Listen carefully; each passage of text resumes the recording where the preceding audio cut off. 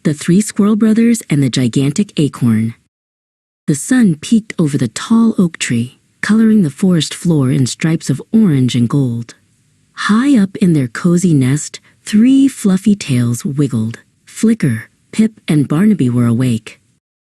Flicker, the fastest brother, zipped to the edge of the branch.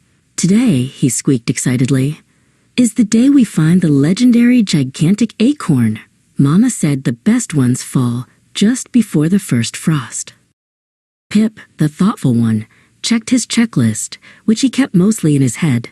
"To find a gigantic acorn," he murmured, "we need to go past the Whispering Creek and climb the Maple Hill. Are we ready for a big adventure?"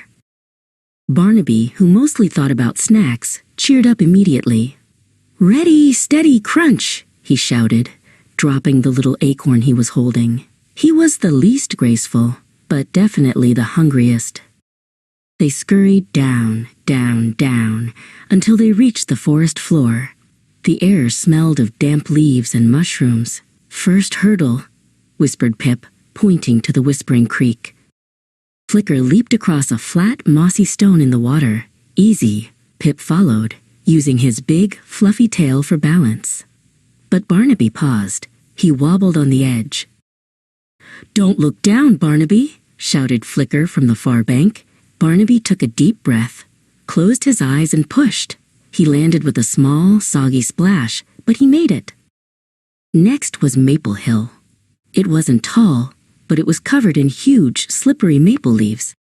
As they scampered up, a giant shadow suddenly covered them. Who? It was Oriole the owl, who slept during the day. He stirred lazily, blinking a giant yellow eye. "Too noisy," Oriole mumbled. "Go play quietly, little nut finders." Flicker whispered, "Teamwork time." He and Pip began pushing the biggest, crunchiest leaves they could find down the hill, making a silent leaf sled for Barnaby to ride.